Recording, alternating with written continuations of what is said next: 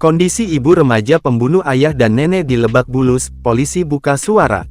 Polres Metro Jakarta Selatan mengungkapkan bahwa kondisi AP 40 ibu dari remaja berusia 14 tahun MAS yang diduga membunuh ayah dan neneknya, kini mulai membaik. Diketahui insiden pembunuhan ini terjadi pada Sabtu, tanggal 30 November tahun 2024 di Kompleks Perumahan Taman Bona Indah, Lebak Bulus, Cilandak, Jakarta Selatan. Dalam insiden tersebut, APW 40 dan RM 69, yang merupakan ayah dan nenek pelaku, meninggal dunia akibat luka tusuk yang dialami.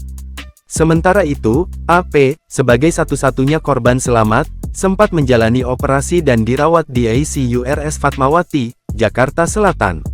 Menurut Kasat Reskrim Polres Metro Jakarta Selatan, AKBP Gogo Galesung, kondisi kesehatan AP kini menunjukkan perkembangan positif. Perkembangan sampai hari ini yang bisa saya update dari kemarin, keadaan ibunya yang membaik, menurut keterangan rumah sakit, ujar Gogo, seperti dilansir dari Kompas TV pada Minggu, tanggal 1 Desember tahun 2024. Meskipun kondisi ibu pelaku belum sepenuhnya pulih, Gogo menegaskan bahwa pihak kepolisian sudah dapat menentukan posisi remaja tersebut dalam kasus ini. Kalau untuk ibunya nanti kita ambil keterangan, cuma tidak mungkin dengan kondisi yang sekarang. Tapi tanpa keterangan ibunya pun kita sudah bisa menentukan posisi anak ini sebagai apa, jelasnya. Penyelidikan kasus ini masih berlangsung, dan pihak kepolisian akan mengambil langkah selanjutnya setelah kondisi AP membaik.